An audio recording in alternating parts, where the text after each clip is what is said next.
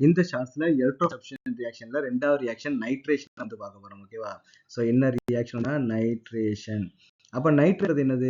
Just வந்து பார்த்தீங்கன்னா ஒரு நைட்ரோ காம்பவுண்ட் வந்து நம்ம வந்து உள்ள வந்து ஆட் பண்ணணும். ஓகேவா? இப்போ ஃபார் எக்ஸாம்பிள் வந்து பென்சின் வந்து நம்ம எடுத்துக்கிறோம்.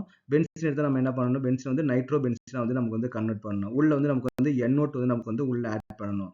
அப்போ NO2 ஆட் பண்றதுக்கு நமக்கு வந்து ஒரு பெஸ்ட் ரியேஜென்ட் என்ன அப்படின்னு வந்து பார்த்தீங்கன்னா சல்ஃபூரிக் ஆசிட் வந்து நம்ம வந்து யூஸ் பண்ணலாம். ஓகேவா? இங்க நம்ம என்ன பண்ண போறோம்? NO பண்ண போறோம்.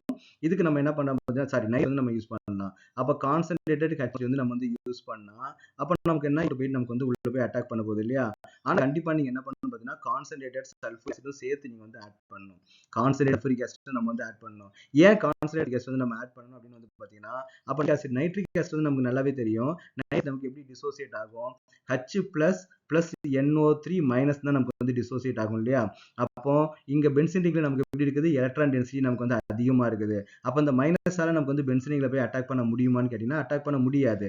அந்த எலக்ட்ரான் நமக்கு ரிப்பல்ஷன் தான் நமக்கு வந்து வரும். அப்ப நமக்கு என்னன்னா சல்ஃபூரிக் ஆசிட் வந்து நமக்கு வந்து வெரி வெரி இம்பார்ட்டன்ட். அப்ப சல்ஃபூரிக் ஆசிட் வந்து நமக்கு எப்படி இருக்குன்னு பாத்தீங்கன்னா HHSO4 மைனஸ் நமக்கு வந்து இருக்கும். ஓகே, இது மைனஸா இருக்கும். இந்த ஹைட்ரஜன் வந்து நமக்கு எப்படி இருக்குன்னா பிளஸ்ஸா வந்து நமக்கு வந்து இருக்கும். அப்ப நைட்ரிக் ஆசிட் நமக்கு எப்படி இருக்குன்னு பாத்தீங்கன்னா நைட்ரிக் ஆசிட் வந்து பார்த்தீங்கன்னா N டபுள் பாண்ட் O வந்து இருக்கும். இங்க வந்து பார்த்தீங்கன்னா ஜென்ரலா O மைனஸ்ல இருக்கும். நைட்ரஜன் வந்து நமக்கு வந்து பிளஸ்ல வந்து இருக்கும். இங்க நமக்கு என்னன்னா ஒரு OH வந்து நமக்கு வந்து இருக்கும். ஓகேவா? அப்போ இங்க ஆக்சிஜன் மேல நமக்கு என்ன இருக்குன்னு பார்த்தீங்கன்னா 2 லோன் பேர் எலக்ட்ரான்ஸ் வந்து நமக்கு வந்து இருக்கும்.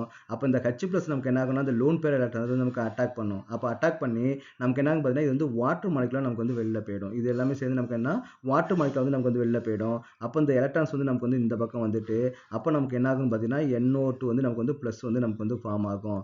அப்புறம் தான் இந்த பாசிட்டிவ் சார்ஜ் நம்ம என்ன பண்ண முடியும்? இந்த எலக்ட்ரான்ல போயிட்டு நமக்கு வந்து ரியாக்ட் பண்ண முடியும். அந்த பை பாண்ட் இருக்கு இல்லையா? இந்த பை பாண்ட்ல எலக்ட்ரான் வந்து ஆட் பண்ணிட்டு எலக்ட்ரான் வந்து அட்டாச் பண்ணிட்டு இந்த ஹைட்ரஜன் வந்து நமக்கு வந்து வெளியில வந்து அனுப்பும். இந்த H+ வந்து நமக்கு வந்து வெளியில அனுப்புனா நைட்ரேஷன் வந்து நடக்கும். அப்ப நைட்ரேஷன் நடக்கணும் அப்படின்னா sulphuric acid is very very important. Sulphuric acid இல்லாம நமக்கு வந்து நைட்ரேஷன் நடக்காது.